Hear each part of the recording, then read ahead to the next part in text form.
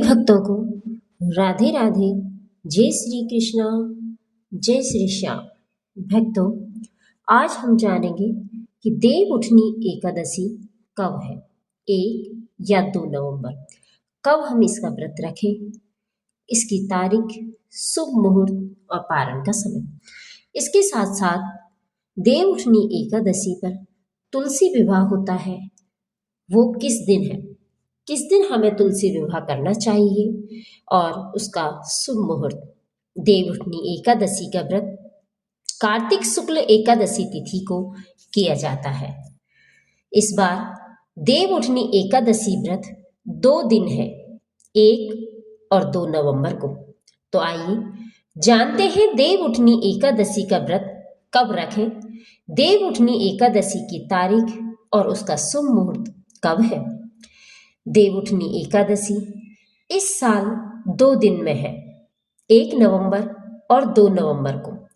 अब इसमें समस्या यह है कि गृहस्थ लोग देवउठनी एकादशी का व्रत किस दिन रखें। पंचांग के अनुसार देवउठनी एकादशी का व्रत कार्तिक शुक्ल एकादशी तिथि को रखते हैं, लेकिन जब एकादशी तिथि 2 दिन हो या हरिवासर का समय दूसरे दिन दोपहर तक या उसके बाद हो, तो ऐसे में देवउठनी एकादशी 2 दिन हो जाती है। यह अन्य एकादशी पर भी लागू होता है। हरिवासर खत्म होने पहले एकादशी व्रत का पारण नहीं किया जाता है। इस बार देवउठनी एकादशी पर पूरे दिन चोर पंचक है और भद्रा भी लगेगी, इसलिए देवउठनी एकादशी का व्रत हमें कब रखना है और इसकी क्या तारीख है। भक्तों, पंचांग में देखा जाए तो देवउठनी एकादशी की तिथि की शुरुआत 1 नवंबर को सुबह 9:11 से हो जाएगा और यह 2 नवंबर को सुबह 7:31 तक रहेगी। अब आप देखेंगे कि कार्तिक शुक्ल एकादशी तिथि दोनों दिन मिल रही है, लेकिन व्रत के लिए उदय तिथि की मान्यता है। ऐसे में देवउठनी एकादशी का व्रत 2 नवंबर को होना चाहिए, लेकिन हरिवासर का समापन 2 नवंबर को दोपहर में ही 12:55 पर हो रहा है। ऐसे में देवउठनी एकादशी का व्रत 1 नवंबर को गृहस्थ लोग करेंगे और 2 नवंबर को देवउठनी एकादशी का व्रत वैष्णव लोग करेंगे। इस प्रकार से देवउठनी एकादशी गृहस्थ लोगों के लिए 1 नवंबर को और वैष्णव लोगों के लिए 2 नवंबर को है।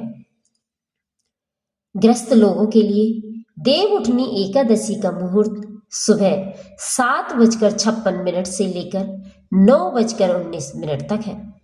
इस समय में भगवान विष्णु की पूजा करें। उस दिन रवि योग 6:33 सुबह से 6:20 शाम तक रहेगा।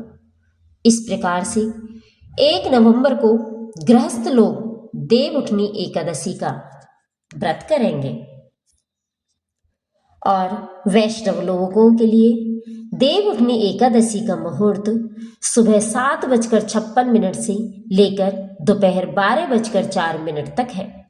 इस समय में आप विष्णु पूजा करें और उस दिन त्रिपुष्कर योग 7:31 सुबह से 5:03 शाम तक है और सर्वार्थ सिद्धि योग शाम को 5:03 से लेकर 3 नवंबर को 6:34 सुबह तक है।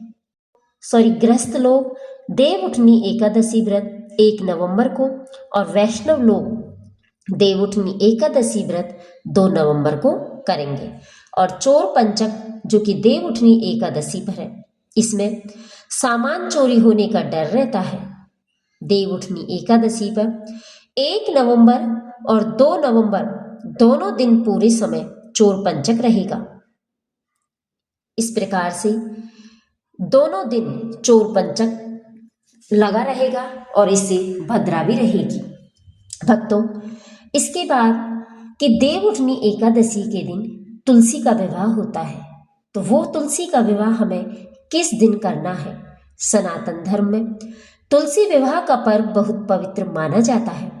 यह पर्व देवउठनी एकादशी के ठीक अगले दिन या उसके बाद कार्तिक महीने की शुक्ल पक्ष की द्वादशी तिथि को मनाया जाता है। इसी दिन भगवान विष्णु 4 महीने की योग निद्रा से जागते हैं और इस दिन से ही शुभ कामों की शुरुआत होती है। तो आइए जानते हैं हम तुलसी विवाह का शुभ मुहूर्त। वैदिक पंचांग के अनुसार कार्तिक महीने की शुक्ल पक्ष की द्वादशी तिथि की शुरुआत 2 नवंबर को सुबह 7:31 पर होगी।